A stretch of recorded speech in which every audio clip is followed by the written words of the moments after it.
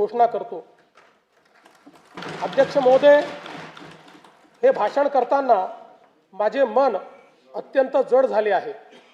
सर्वाधिक वेळा उपमुख्यमंत्रीपद आणि दीर्घकाळ वित्त विभागाची धुरा सांभाळलेले राज्याचे लाडके नेते माननीय अजितदादा पवार आज आपल्यात नाहीत। त्यांच्या जाण्याने राज्याच्या सार्वजनिक जीवनात आणि प्रशासनात कधीही भरून न निघणारी मोठी पोकळी निर्माण झाली आहे। त्यांनी एकूण 11 वेळा राज्याचा अर्थसंकल्प मांडला। अजितदादा व अर्थसंकल्प हे नाते दृढ झाले होते। त्यांच्या करड्या शिस्तीमुळेच महाराष्ट्राची वित्तीय स्थिती कठीण काळातही स्थिर राहिली। काम करणारा माणूस ही त्यांची ओळख आणि त्यांनी दिलेली विकासाची दिशा आजही आपल्याला प्रेरणा देत आहे। त्यांना श्रद्धांजली म्हणून सर्व मान्यवरांची चर्चा करून त्यांच्या व्यक्तिमत्वाला साजेसे भव्य स्मारक उभारण्यात येईल। तसेच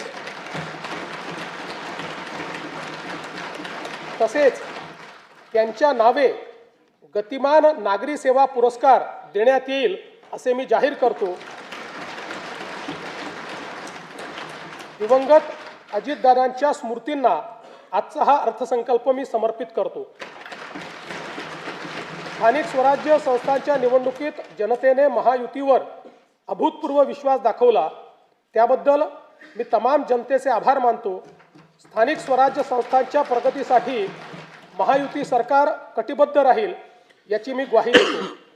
16व्या केंद्रीय वित्त आयोगाने केलेल्या शिफारसीनुसार पुढील 5 वर्षांमध्ये राज्यासाठी भरीव निधी प्राप्त होणार असून आपत्ती व्यवस्थापनासाठी केंद्र शासनाने वाढीव निधी देण्याबाबत राज्याची मागणी मान्य केली, याबद्दल मी भारताचे प्रधानमंत्री श्री नरेंद्र मोदीजी यांचे मनपूर्वक आभार मानतो।